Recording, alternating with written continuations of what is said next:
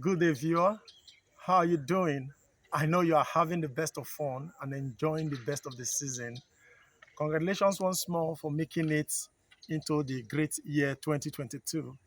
But for me, it's not a surprise because I knew and I saw the end from the beginning. So I knew you were going to make it. So congratulations.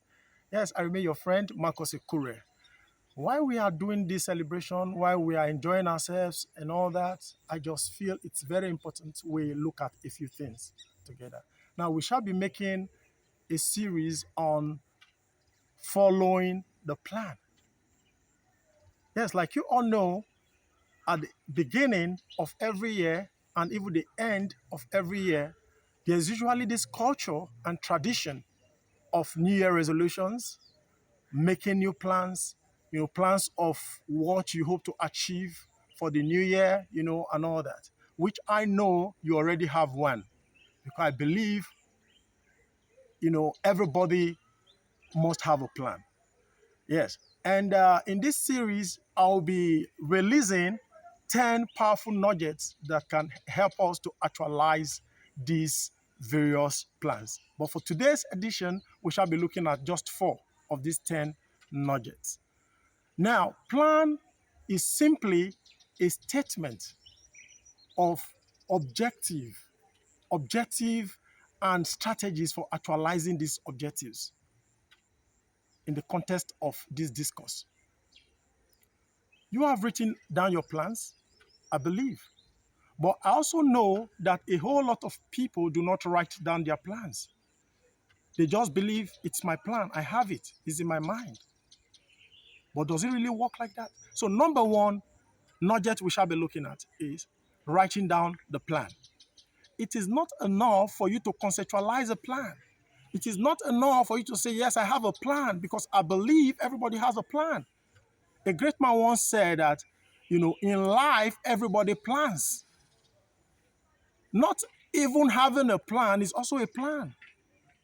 Said those who fail to plan to fail. So you have a plan. But the question is the plan written down? Have you written down the plan? So number one nugget is write down the plan. 3 things writing down your plan will do for you is, 1, it enables God to release to bless you, to bless and enable you with enablement for the actualization of the plan. God is a God of specificity. I read a book by Dr. Youngisho of blessed memory when he talked about specificity. He said that the reason many persons' prayers doesn't seem to receive answers is because they are not specific. God is a God of order. He even went on to explain how he was believing God for a set of new furniture. And that for a very long time he was praying, he kept praying till one day God asked him, he said, Youngisho, have you ever told me the kind of furniture you wanted? Have you told me the kind of furniture you wanted? And the man made a U-turn in his prayer life. And from that moment, he began to pray specifically, analyzing and itemizing the description of the kind of furniture, the quality of the kind of furniture, the color and everything he wanted. And before long, God blessed him with exact kind of furniture he's been praying for. Specificity is powerful. There's power in specificity. God is a God of order. So you have to write down your plan. And when you write it down, this is one of the things it does for you. The number 2 thing writing down your plan would do for you is it acts as a catalyst. It acts as a propeller at every given time, propelling you to know that you have assignment. Plan is a journey, that you're on a journey, and gives you the willpower and the motivation, the drive to want to accomplish this journey. Then the third thing that writing down your plan will do for you, if you write your plan down, automatically it becomes a map.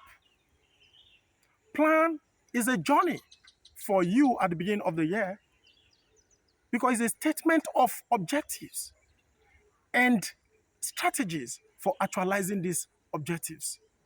So it is a map. No army in the world goes to the enemy's territory or camp without a map, because the map gives you direction. It gives you direction. It protects you. It puts you on the path of safety. So writing down a plan automatically makes it a map for you, and it eases your path on this great journey. The number 2 nugget is having written down the plan, setting timeline for the plan. You have to set timeline. Sometimes we make the mistake of just thinking, yes, I have plans. We make our plans so bogus and, without timelines. A plan not timed or a timeless plan is tantamount to a fruitless or effort in futility. You have to set time targets. That between this time and this time, I hope to achieve this in my plan. Between this time and this time, I have to achieve this in my plan. And your plan must also be realistic, because another mistake we make is to build, how do you call it? A skyscraper is to think of building a skyscraper when you know, or building skyscraper in the water, in the river. So your plan has to be realistic. In making your plans, you have to consider the state of affairs, your current state of affairs, consider your projected state of affairs, your current income and your projected income, and everything. You have to put them into consideration. So setting time limits for the plan, it's very important. For instance, you have a target to read 10 books in a year. That's not even enough, because it's a bit ambiguous. You have to break it down to the specifics. You say, out of these 10 books, how many books will I be reading in a month or in a quarter? And it's not even enough for you to say, I will read XYZ number of books in a month. If you are reading a book in a month, you also have to go to the extent of breaking it down to how many pages or chapter you're going to be reading daily. So when you wake up by 5 or 4 a.m., that from 4 a.m. to 5, you'll be reading perhaps 10 pages or a chapter of the book. So at the end of the day, you know that within the time limit you've created, that's of 1 month, you would have exhausted the entire book. That is what we're talking about. You want to travel to like 3 countries before the end of this year. What's the time limit? It's not enough for you to say, I want to travel to Italy, I want to travel to Germany, I want to travel to America. It's not enough. You have to set time that between April and March, I hope to have, traveled to America. So you will now start planning effectively, step-by-step plan of how you hope to get this done. So timing is very important.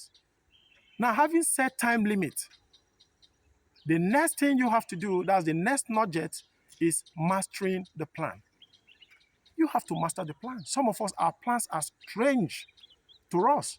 We are like a stranger, or we are like strangers to our plans. You have to get used to the plan. And often I advise people, there's a strategy I usually give to people, which I call duplicative visibility strategy.